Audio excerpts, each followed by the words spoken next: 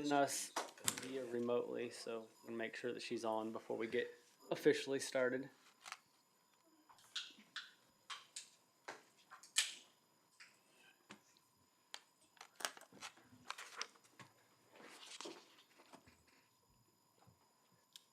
Ashley, if you want to let me know whenever she is for sure on there. Yeah.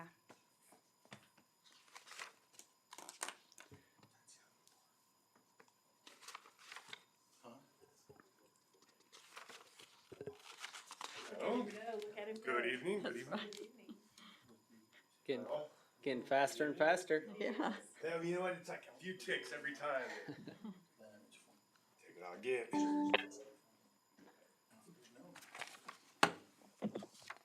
How goes it? Goes good.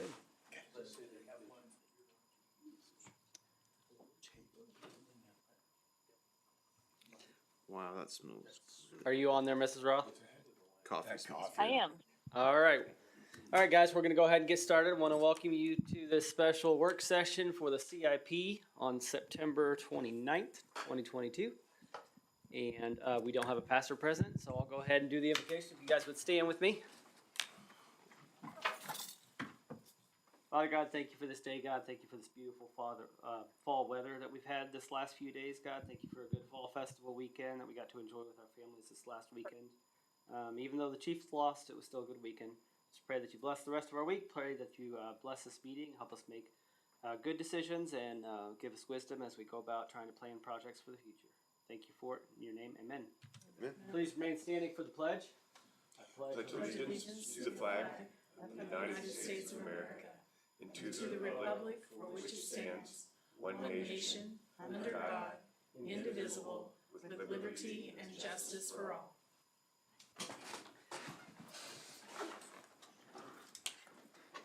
Madam Deputy Clerk, if you would please go ahead and take the roll.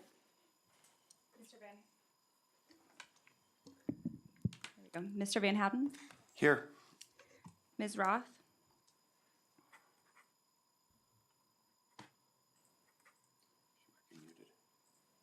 Here. There you go. thank you. Mr. Peel, Here. Mr. Young, Ms. North, here. Mayor, we have a quorum. Awesome. Thank you. All right, Mrs. Dunn, you have the floor. Thank you.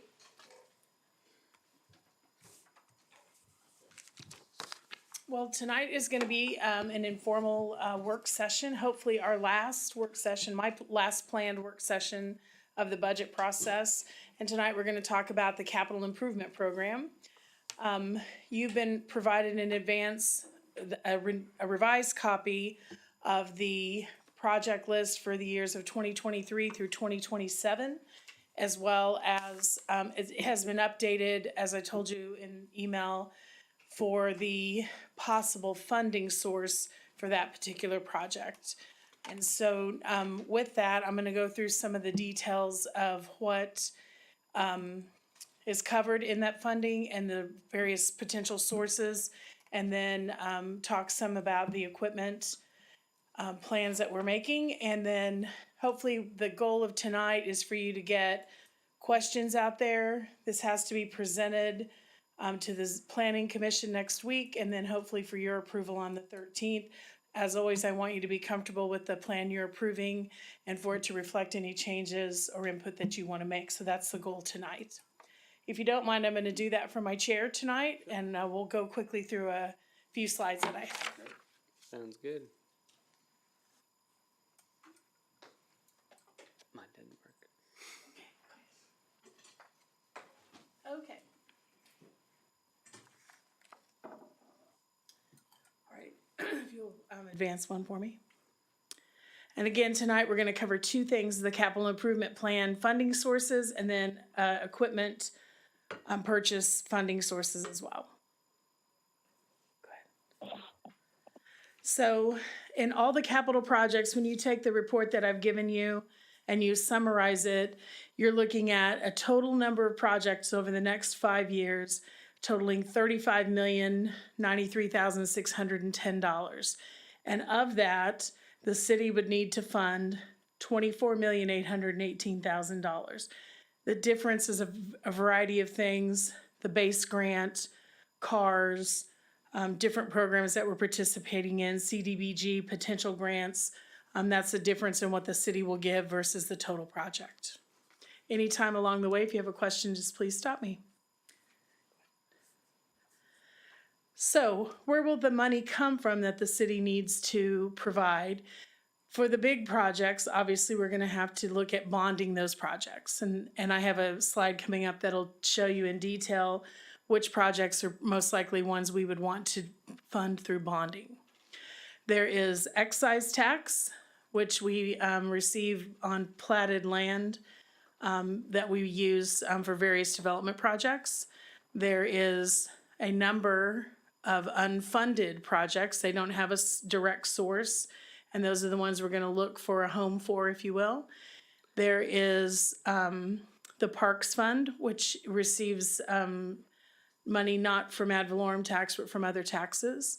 There is the Consolidated Highway Fund, which gets its funding from highway taxes from the state of Kansas.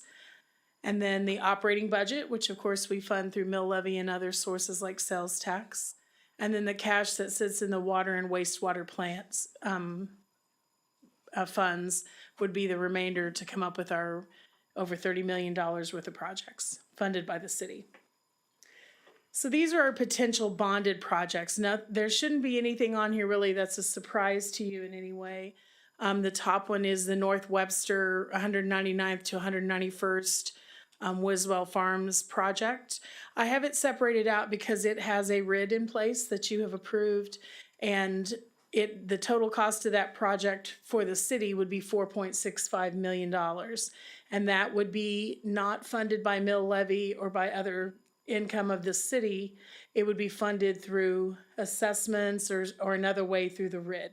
And those are decisions you'll make along the way through the RID process. The wastewater treatment development expansion is a project we have gearing up. If it even becomes a reality, we would most likely look to fund that project somewhere around 2027 in the range of $10 million through bonding. The other projects are all various ones you know about, the 199th from Ridgeview to Renner, the Spring Hill Lake Dam and spillway improvements, 207th from Woodland Road to Ridgeview, a sports complex using the old swimming pool, putting it back to work, and then if we wanted to, phase 2 of the aquatic center, all are in the next 5-year plans. Those are all projects which would not have a direct source of revenue and would need to be funded through the operating fund, through your general mill levy that we have today. But you would have to find a way to make those bond payments through one of our sources of income. The total on the projects funded that way is $10,947,000, funded through something other than dedicated tax. So this gives you an idea. I'm not a fan of graphs and pictures, but I think this one tells a big story, that the majority of that money is going to be funded through something like bonding, because the big projects are something that the operation simply cannot fund through our cash. We don't generate that kind of cash, and we need bond funding for projects like Wiswell Farms and 199th Street and things like that. It also shows you that the wastewater treatment plant is that dark red picture. That would be your second largest, and that of course is an enterprise fund, and it generates its own revenue, and that project would need to fund itself, that we don't tax from the wastewater treatment plant. We would fund that through fees and development and projects like that. This also shows you the majority of where the funds would come in the unbonded part of the capital improvement projects. From here, that one is really faint, so I'll look back here. Some of it will come from the operating budget. I look for that to be your sidewalk program, your curb and gutter program. We may want to up our operating budget and shuffle some things around to fund those projects year after year through the operating budget. That would also be some of the things get funded in water and wastewater through their operating budget. Through the highway fund, again, that's a tax paid at the pump by anyone who buys gasoline in Spring Hill, not just the citizens of Spring Hill. the Parks Fund, which is pretty self-explanatory. It's dedicated to parks.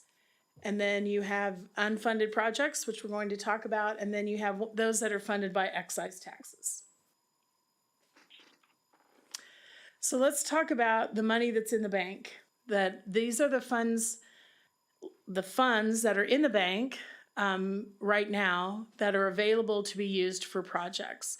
This does not mean it is the fund balance. If you last week you were given your snapshot and you can see the actual balance in these funds, but some of those funds have been encumbered for projects and things. So this is the unencumbered portion of these funds. In the capital infrastructure, which is exactly what it says, it's meant to be spent on infrastructure projects. There's an available balance of 1.2 million. You have ARPA funds of 1,118,000. In the special highway fund, we have $645,000. In special parks, there's $458,000. And then we have 2 gift funds related to specifically Veterans Park that total $193,000.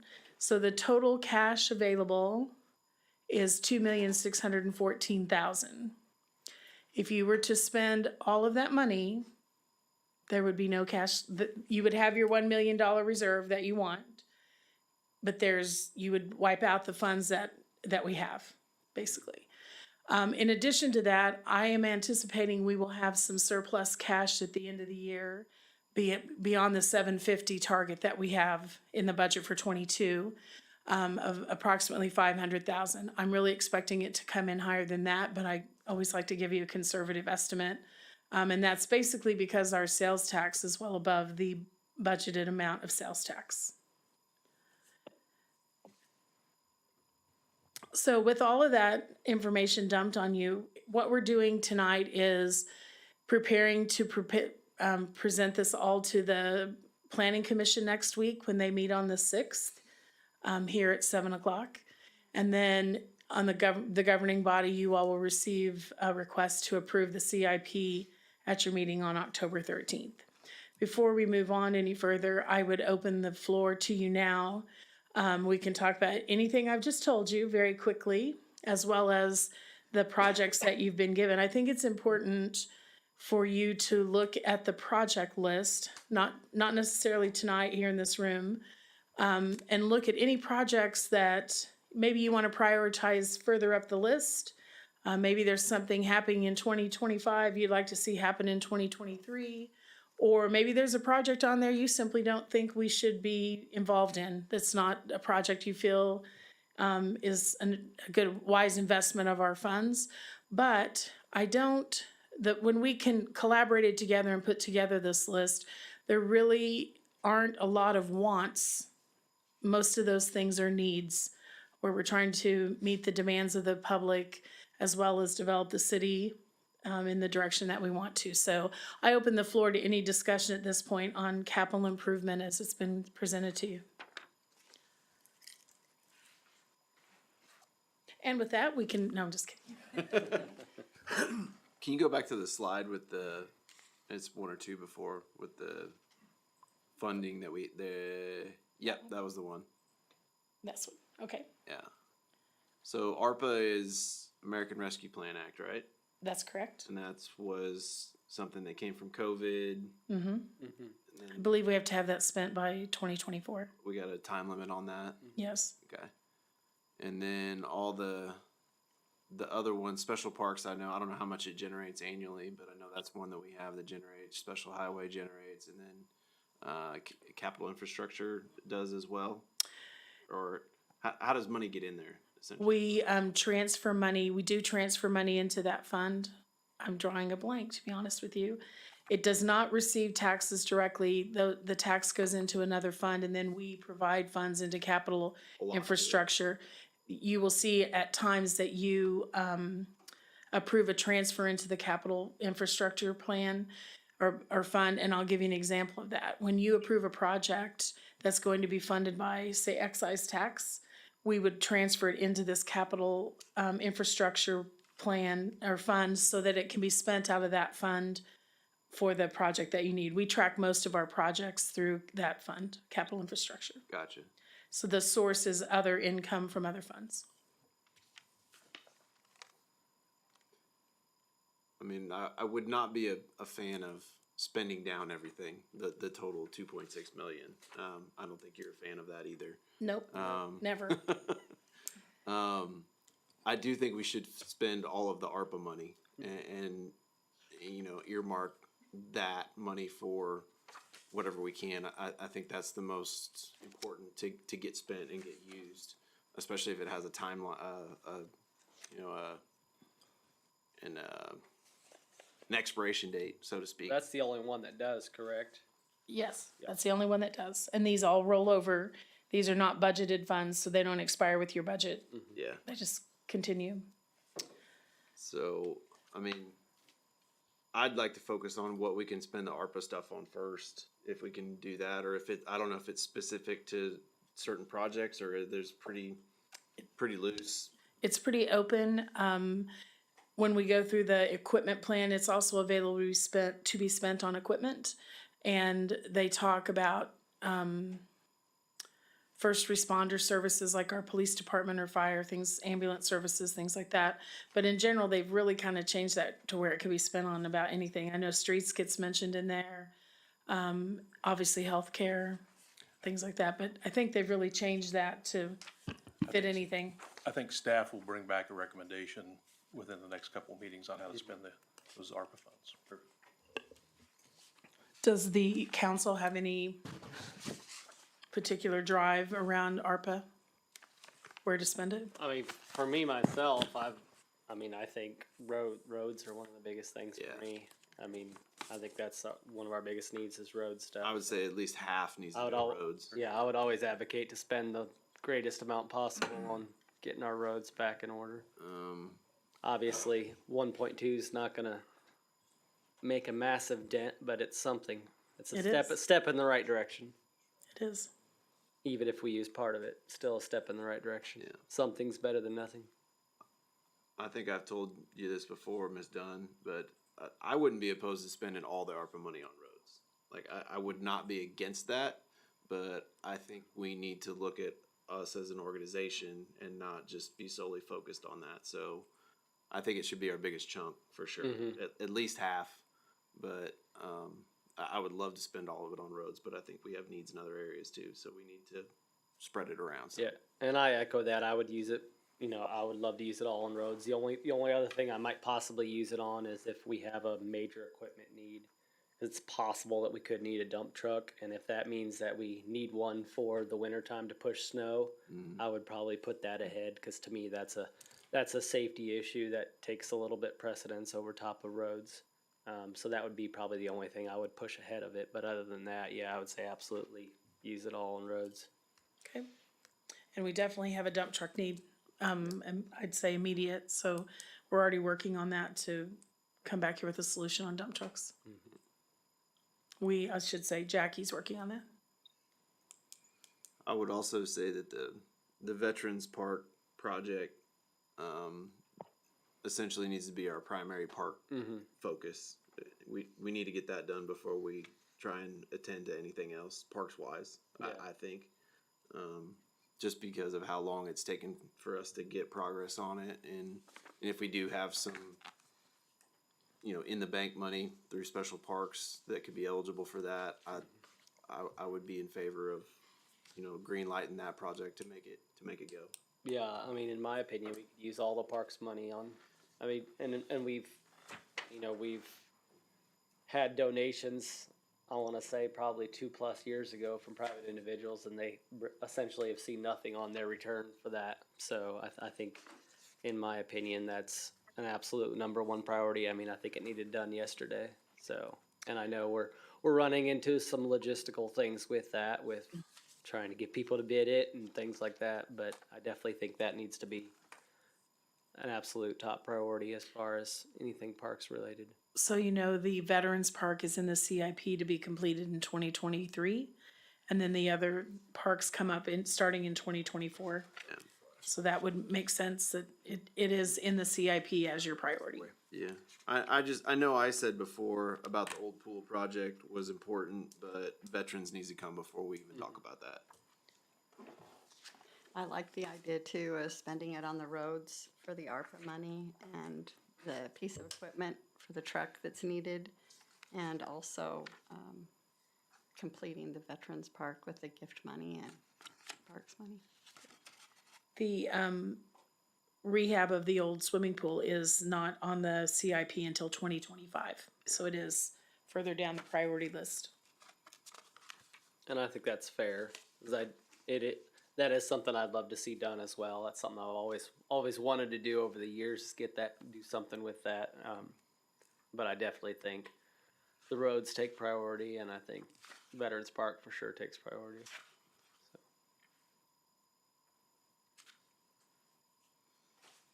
Mr. Hunt, you know I'm gonna look at you. No, so for sure, so I'm on board, right? So, the roads are top priority. Yeah, I think, look, you're doing a great job. It's prioritized in my mind appropriately. 2023, like walking us through the timeline here is helpful. So now it's just go out and find money, right? Right? That's, It's that easy. yeah. So, no, I think this is great, and I echo everyone's sentiment here. The roads are top priority. So no, and winter's coming, so we have a need there with the dump truck and and wintertime activities. So no I think easy what, answers. go ahead, sorry. No easy answers. I mean, No. got to grind it out. And I do think we've made some significant progress on the roads this year. I mean, we obviously have a long ways to go, but I do think we've all physically seen some big changes and some improvements that have needed done for a long time. But like we say, obviously we have a long ways to go before we're even anywhere to an acceptable range. So I think what you'll see next from us for the planning commission next week is then to take, with this direction, take the balance in the funds plus the income that we know is coming, and literally put these in order kind of numerically with their dollar amount funded as the direction that you've given us tonight, so that when you plan it, we have a plan for it to be funded from a specific place. And then that will give us a roadmap, if you will, on what to work on in 2023, and it'll be prioritized in this plan. And we'll meet right away to get started on that, so that it is prioritized, at least for 2023, in your approval on the 13th. sounds good. Any other comments or questions before I move on to equipment? I have a quick question. Yes. So infrastructure. I feel like that's what our growing pains are right now. And that's what we have to have if we're going to continue to grow. So obviously that translates to streets. Looking at this list, there's several street-specific projects. So statistically speaking, we're probably going to do a lot of street projects just because that's a lot of what are on this list. The other question I had was, or excuse me, I guess that was more of a comment. The question I have, this list that you're going to be bringing to us, is there also going to be a factor on there regarding commitment level? For example, like we've committed to, say this project, so therefore it needs to be up on the list. This other item, like we've talked about it, but we haven't committed to a time frame, so therefore it's going to be lower on the list. Does that make sense? Yes, and I would say that, yes, that would be a part of the plan. As we prioritize, things that are committed go to the top automatically. And then things we have not yet made a commitment to wouldn't get as far up on the list, simply because of the funds will probably get used up on commitments, if you will. Or more quickly used up. And maybe it's on here and I just haven't combed through it completely, but I feel like that's also important because again, things have been committed to, and I want to make sure that we're holding true to what we're committing ourselves to as an entity. So I think that's maybe a column or a little bit of a change to some of these. When you look at status, we put year in there. Maybe we need to put a little bit more about commitment or preliminary or, something like that, to keep that in mind when we look at these projects. I think going forward, we've had a lot of talk amongst the staff about making sure we recognize and keep you very well informed on commitments that you're making. I feel that we do that where we say, this is step 1 and you're going to have step 5 through 10 before we're done on your commitments. So I think this is a good way to track the commitments we've made through all the decisions you make in here, for sure. Well, and that would be incredibly helpful for myself. I don't want to speak for anybody else, but there's, 5,000 decisions that are being made by the city all the time.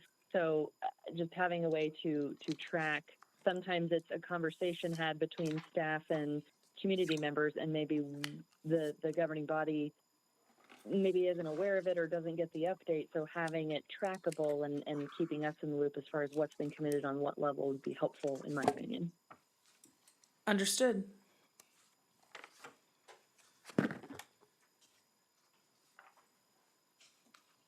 All right, anything else? I'm going to move on to equipment. The numbers are much smaller, but not small in equipment as well. This is a list of department requests that you've seen before in other presentations about the operating budget, which were not included in the operating budget. I don't necessarily need to go through every single one of these projects with you because I know you've seen them before.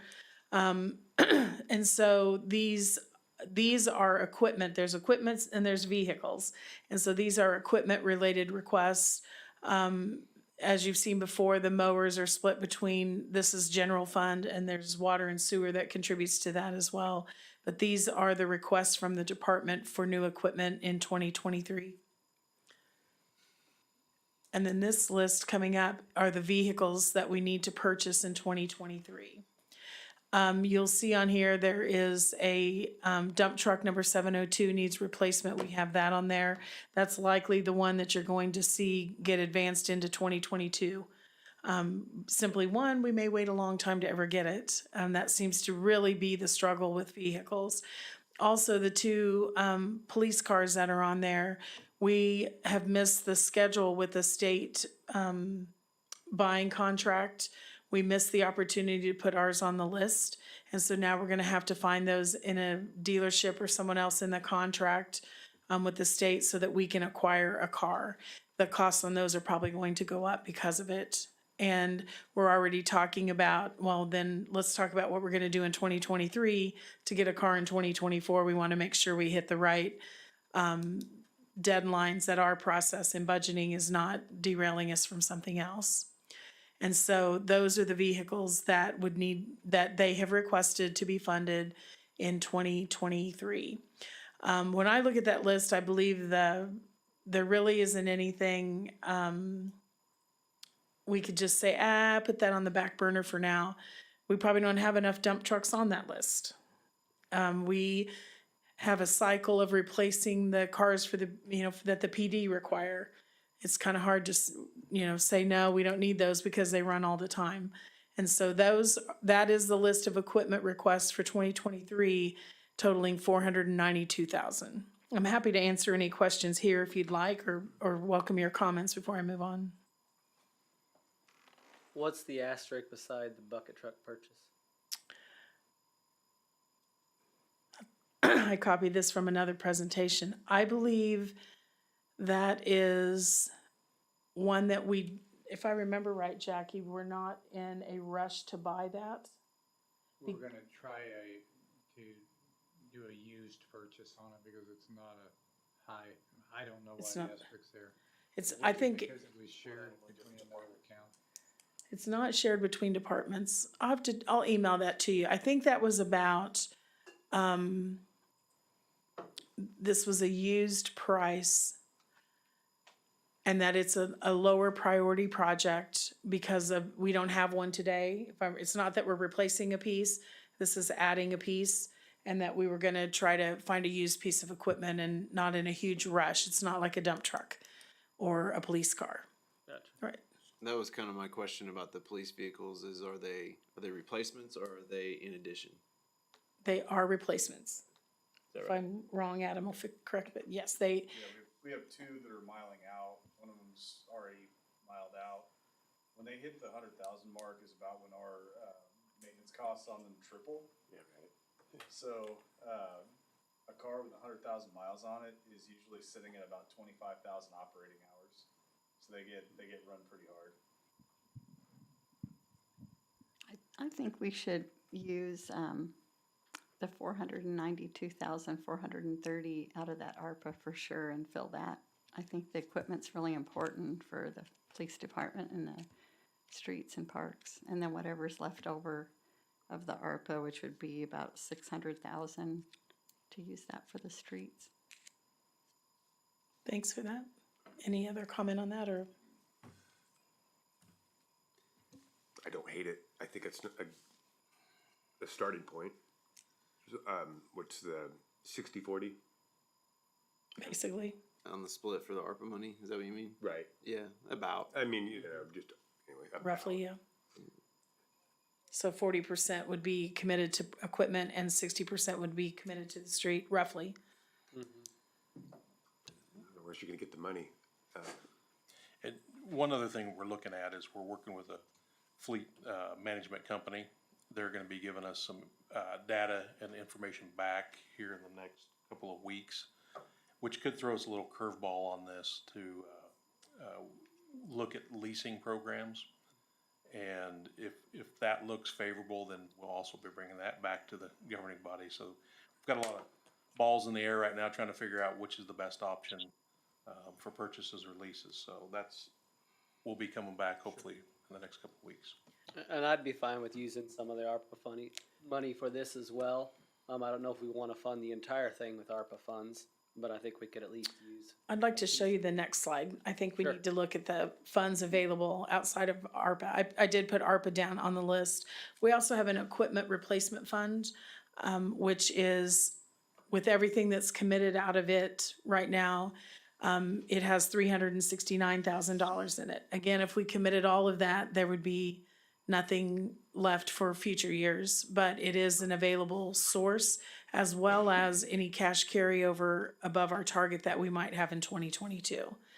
I feel like equipment, I agree that ARPA is when you read ARPA, it's a real easy, quick, equipment's an easy one to commit out of ARPA funds, especially for PD needs as well as streets, as a matter of fact.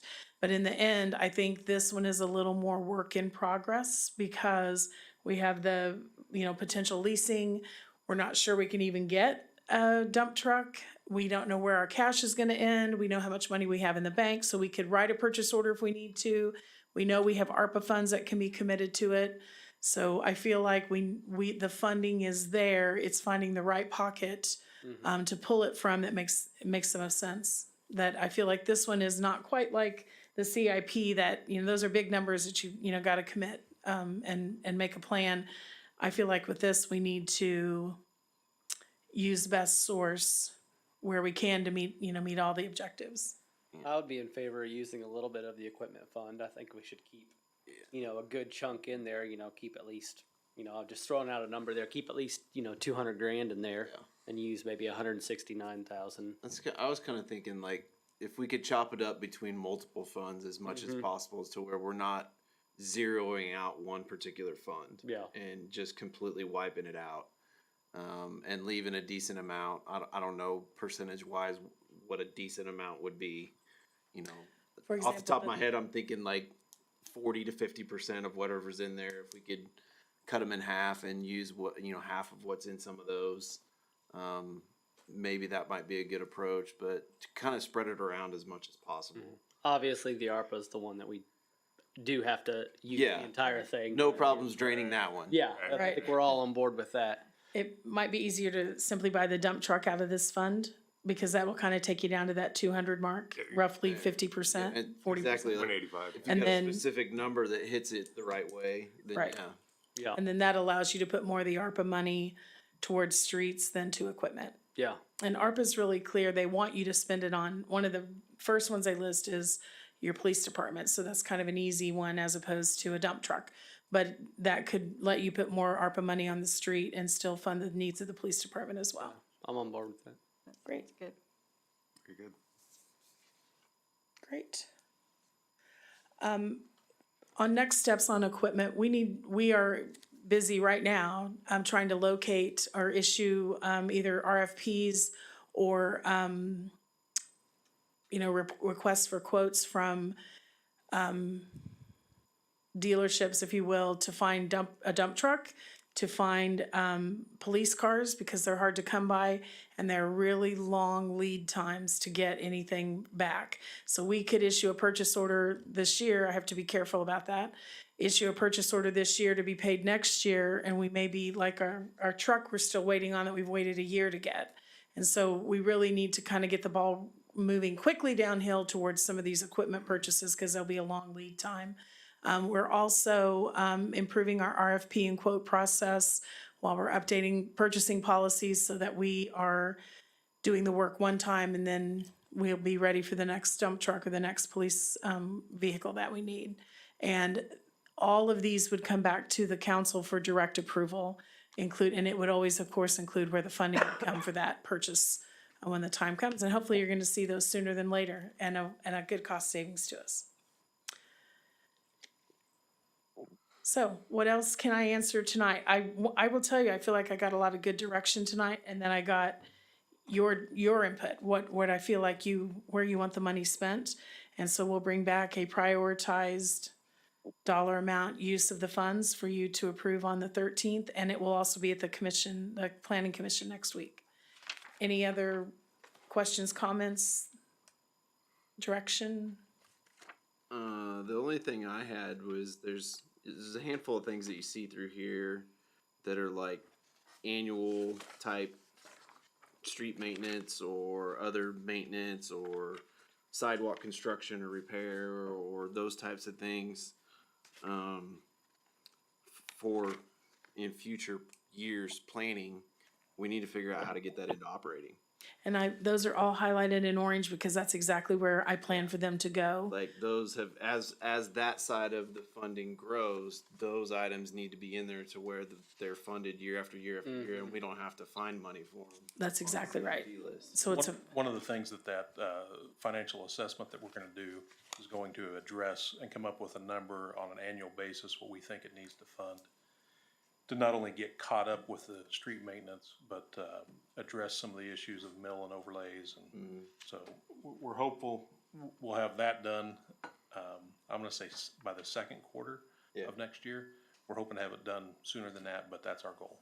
Yeah, because someday we're gonna eventually have to get to the point to where we're not playing catch up, to where we're finally just maintaining. And more than likely, It's gonna be years down the road, but we got to get heading in that direction anyways. It'll probably take a bond issuance to address a significant portion of that. So we'll have to look at that. Just, it's probably gonna be a big number to make a significant impact on the deferred maintenance that we've had. Yeah. But yeah, that was just the bigger, getting it into the operating to where we can have it year after year once we get to a point where we're at least better caught up than where we're at now. Yeah. I would prefer equipment was done that way as well, is that it's a part of the operating plan of that department and moved over to the equipment fund and spent out, and it's planned. It's not a here's the list, now let's find money for it program. Yeah, it's a lot easier to budget when you know what you have to have than. I'm also a fan of equipment reserve funds, that if a department can manage their budget well and put money back for equipment from their operating budget into a reserve fund, I think that's a great thing, because then they're encouraged to be frugal, and then they can make their plan that they need to, they know they want to upgrade something, they know they have to find money, find a source. Chop it out somewhere else. Exactly right. Yep, I'm on board with that. Right. I think you'll see that differently in the preparation for the 2024 budget.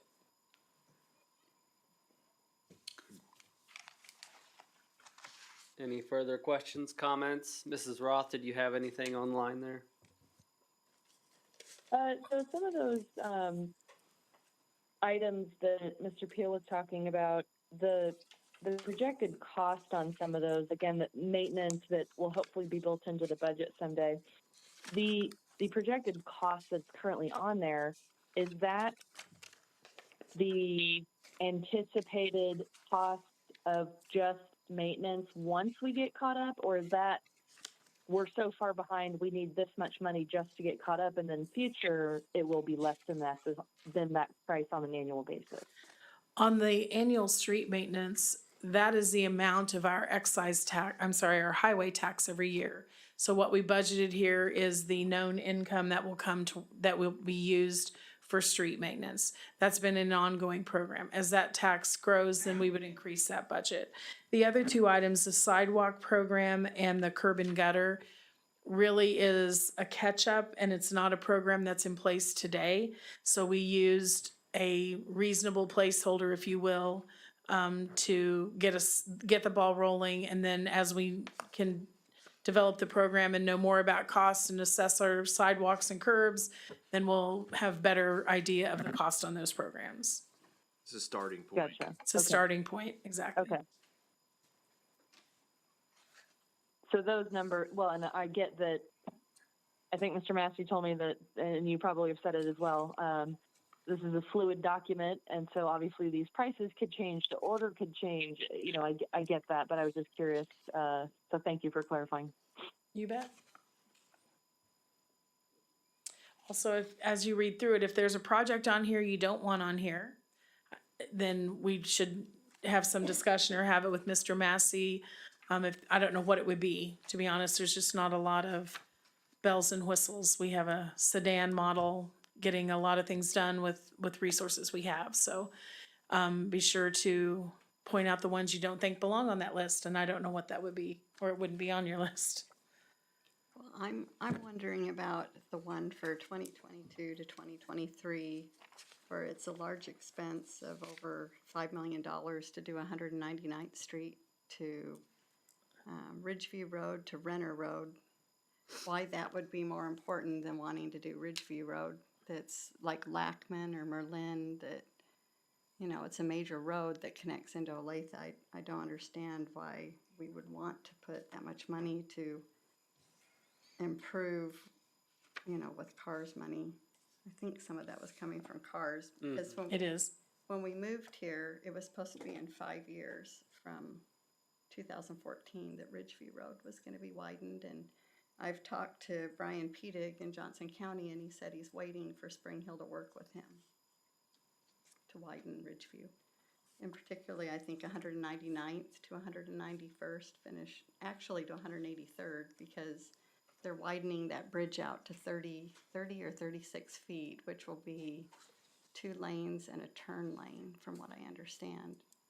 So it just seems like that's a really busy area that would be nice to widen that before we widen 199th Street. I will tell you that that widening 199th is on here because it's on the CARS project list.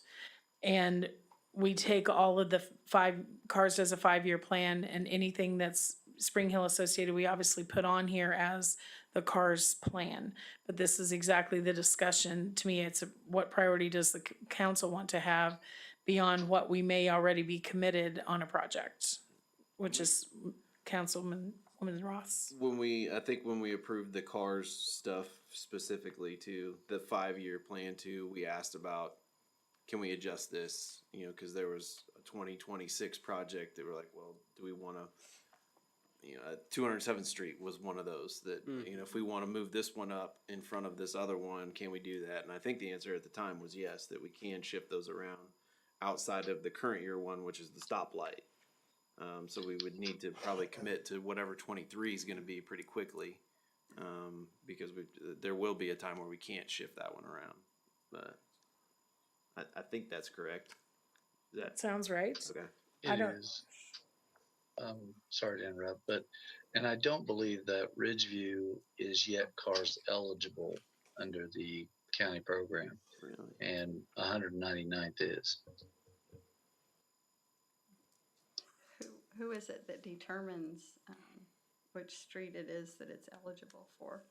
Or who puts the request into CARS is my question. Well, right, the CARS, I mean, Dan Miller or Lamper Nearson puts in the request for the city. The county has set out, along with Mark, Mid-America Regional Council, on what streets are cars eligible and all. I can check and make sure, but I do believe that Ridgeview is not cars eligible yet through the CARS project. That makes sense then if Mid-America Regional Council and the county are wanting to use the CARS money for 199th. Their plan is a truck route. And it may be denied, but that is what Mark is working on, and also the county, Eilert and a couple of the other commissioners. So that is my greatest fear of putting that in for that, where I think we've got all the major schools on Ridgeview, and if it's not set in stone, I think that CARS money should be able to be moved to Ridgeview Road, because there's a big subdivision going in across from the high school too. Right, so let me give you just an example. Like Woodland, we were going to try and use some money on Woodland, where it's falling apart there. And Woodland is not a CARS eligible street.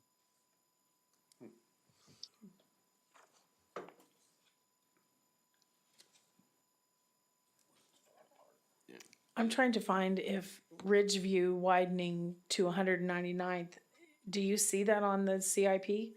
I'm not seeing it on I don't CIP. see it anywhere, even up to 2027, but when I No. had talked to the previous mayor, when we moved in 2014, he had talked about that it was gonna be in 5 years probably, that it was on the CARS list, but. I think with the CARS projects, we just need to make sure that we're hitting east-west roads and north-south roads.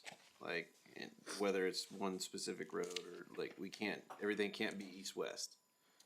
We've gotta be able, cause people are going both directions, or I guess all four directions. So. Right. But the problem is it's the eligibility of the streets. Yeah. If the county says, take Woodland, for example, which would be a great street in our opinion to improve because it's county and city, and it is not eligible. And I know that for a fact because we just tried it. And part of CARS money is it comes from Johnson County, so we're a little bit at their mercy, to be able to use it. However, they may be able to determine, whoever it is that determines it, if they're going to say that Ridgeview's eligible and 199th's not, or whatever, that. Yeah, that's where the politics. It's just. I think it would be a great disservice for us to put our CARS money at risk, from the county. And, if they're wanting it to go into 199th, we know 199th needs to be improved. We don't really want it to be improved for the purpose of trucks, but we do want it to be improved. So, those are the types of things that worries me when we start talking about CARS and projects. CARS meaning CARS funding. We'll work as much as we can to do that. With it being Johnson County funding, we're going to be constrained to some part. But when we discuss that with our engineer, we'll take that into account and make sure that if it's eligible, that we can put that on a 5-year plan. With our difficulties with funding projects, like we have to have that CARS money. Yeah. We just have to have it. And we would be incredibly foolish if we did something to create a situation where we didn't get it anymore. Mm-hmm. So we just have to be really cognizant of that and careful of that. So. And if we get that CARS money, because I can see that point, and the county working with it, then I think it's important, since we know that we can write ordinances to ban thoroughfare semi-18-wheelers from coming through there, that's important to have the public be able to talk about it.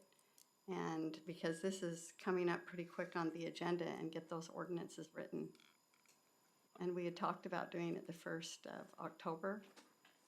So I would really like to see it on the agenda the 1st of October. Councilmember North, I very much appreciate the information. Unfortunately, I have to intercede on a legal point. Tonight, we're here for a work session for you to discuss